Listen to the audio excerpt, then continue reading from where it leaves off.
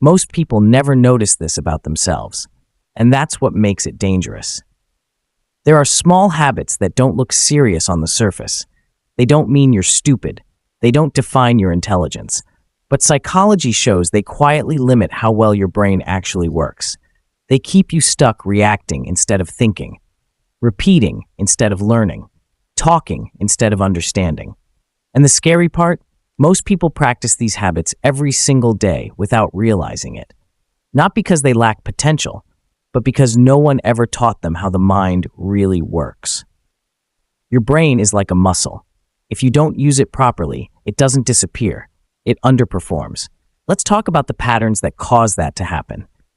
The first one shows up in moments of emotion. Something happens. Someone says something. You feel triggered. And instantly, you react. You speak without thinking. You act without pausing. No space. No reflection. Psychology links this to weak impulse control. Not a lack of intelligence, but a lack of mental braking power. High-level thinking always includes a pause, even a brief one. That pause is where reasoning lives, where consequences are weighed, where better decisions are made. When you remove that pause, your brain defaults to instinct.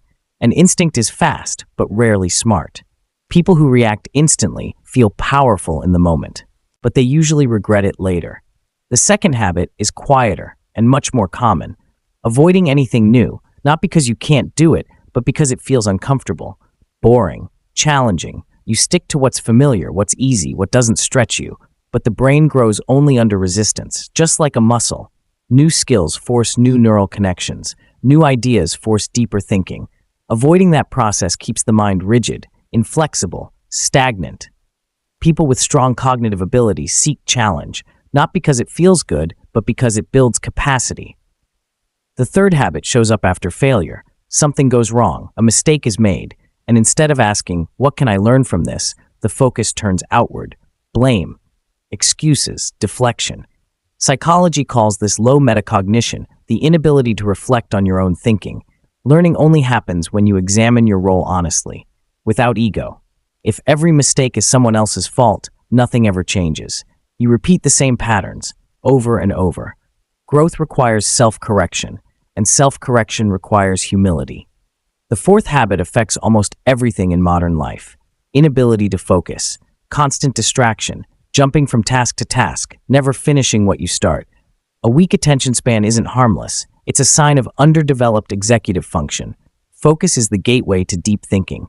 Without it, the mind skims the surface of everything. Shallow input leads to shallow output. When you can't sit with a thought long enough to explore it, your brain never reaches its full depth. The fifth habit appears in conversation, talking more than listening, interrupting, waiting to speak instead of trying to understand, using words to avoid thinking.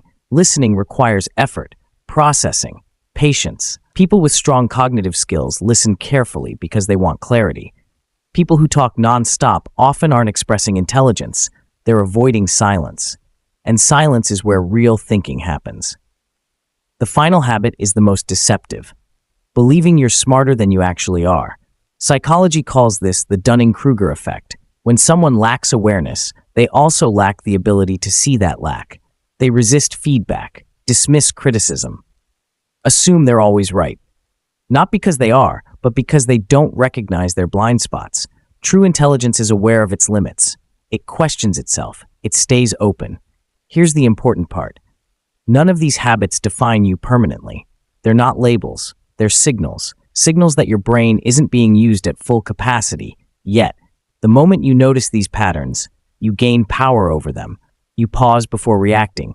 You seek challenge instead of comfort. You take responsibility. You train your focus. You listen more. You stay curious instead of certain. That's how intelligence actually grows. Not through labels, not through ego, but through awareness. And awareness is something anyone can develop the moment they decide to look honestly at themselves.